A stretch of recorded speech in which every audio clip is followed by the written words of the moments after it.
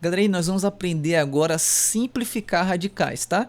Aí antes de simplificar, eu quero ensinar uma coisinha bem legal para vocês, bem legal e muito útil. Olha só, se eu tiver aqui um radical com índice n, tá? E dentro eu tenho o meu radicando, e o meu radicando estiver elevado ao mesmo índice n, uma mágica acontece, uma mágica linda. O que vai acontecer? Eu posso dizer que isso aqui é igual a b. Como assim, professor? Não entendi nada. Vamos lá, exemplo numérico. Eu tenho aqui raiz quadrada de 2 elevado ao quadrado. Repare bem, quando não aparece nada do índice é porque o índice é quanto?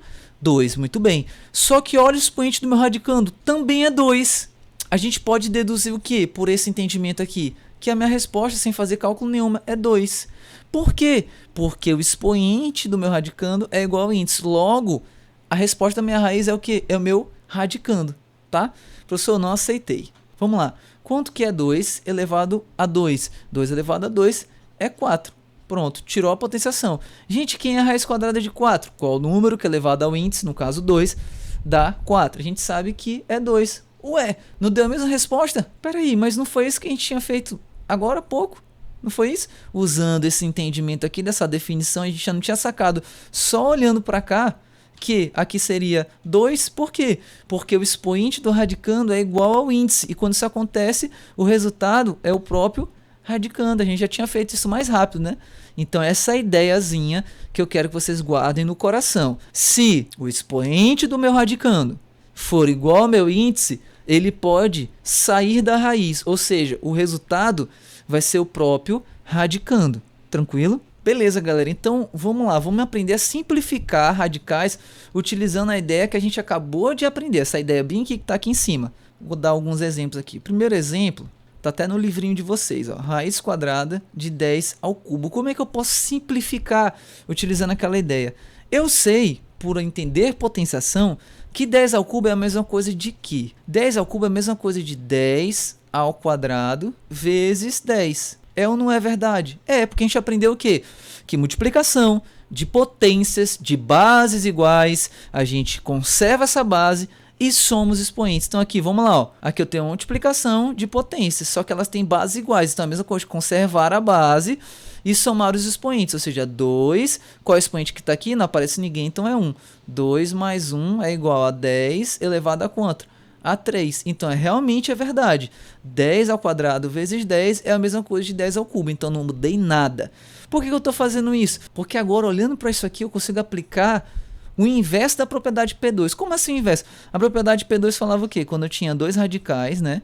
Aí tem aqui um B que multiplica. Outro aqui, né? Outra radiciação com o mesmo índice. Eu podia fazer o quê? Colocar isso tudo em um índice só, ou seja, o índice comum, e multiplicar esses radicandos, não era isso? Só que olha para cá, ó, essa é a propriedade. Só que aqui, olhando para isso aqui, é a mesma coisa dessa situação aqui, ó.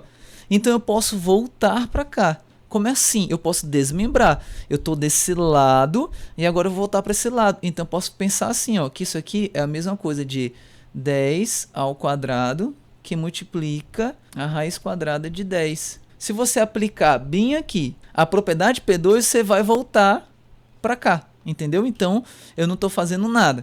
Tá tudo nos conformes. Não estou mexendo nada. Tá tudo, a matemática está permitindo toda essa nossa brincadeira aqui. Só que olha o que interessante. Olha que interessante. Essa situação aqui, ela o quê?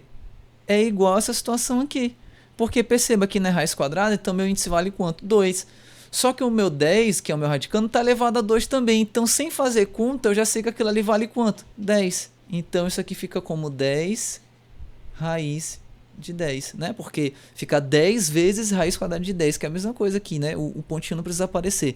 Mas eu vou colocar aqui para ficar legal para vocês. Então, perceba que eu consegui simplificar essa radiciação. Isso aqui é muito útil em diversos problemas. Aí você precisa treinar, praticar, beleza? Agora, galera, para encerrar aqui por hoje, por essas aulas, nossa conversa sobre radicais, a gente vai aprender a introduzir, né? Introduzindo um fator externo dentro do meu radical. Vamos lá. Eu já vou começar aqui com um exemplo, porque aí a gente já saca como é que faz essa parada.